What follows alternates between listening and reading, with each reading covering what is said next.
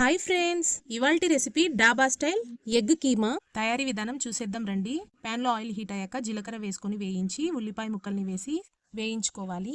కరివేపాకు వేసుకోవాలి. ఈ రెసిపీలో కీమా వేయరు, బట్ టేస్ట్ అలా ఉంటుంది. పచ్చిమిర్చి ముక్కలు వేసుకోవాలి. ఫ్రెష్ అల్లం వెల్లుల్లి పేస్ట్ వేసి పచ్చివాసన పోయేంత వరకు బాగా వేయించుకోవాలి. ధనియాల పొడి, ఆరిగానో స్ప్రింకిల్ చేసుకొని, కారం పొడి స్పైసీనెస్కి తగ్గట్టు, పసుపు, గరం మసాలా వేసుకొని ఫ్లేవర్స్ అన్నీ పట్టే విధంగా ఈవెన్గా కలుపుకోవాలి. రుచికి సరిపడ ఉప్పు, టమాటో ప్యూరీ వేసి వేయించుకోవాలి. ఈ ఎగ్ కీమా జ్యూసీగా చాలా యమ్మీగా ఉంటుంది. ట్రై చేయండి. ఇది కాస్త వేయించుకున్న తర్వాత ఈ మిశ్రమాన్ని పక్కన పెట్టుకోవాలి. అదే ప్యాన్ లో ఆయిల్ హీట్ చేసుకుని ఎగ్స్ ని బ్రేక్ చేసి వేసుకోవాలి. ఎగ్స్ లో రుచికి సరిపడ ఉప్పు, పైనుంచి పక్కన పెట్టుకున్న మిశ్రమాన్ని వేసి గరిటతో ఎడ్జెస్ నుంచి కలుపుకోవాలి. స్లోగా చూపిస్తున్న విధంగా ఎగ్స్ ని ఎగ్ బుర్జికి స్క్రాంబుల్ చేసినట్లు చేయకండి. స్లోగా కలుపుకుంటూ వేయించుకోవాలి. ఫైనల్ గా కొత్తిమీర తరుగు వేసి దింపేసుకోవాలి.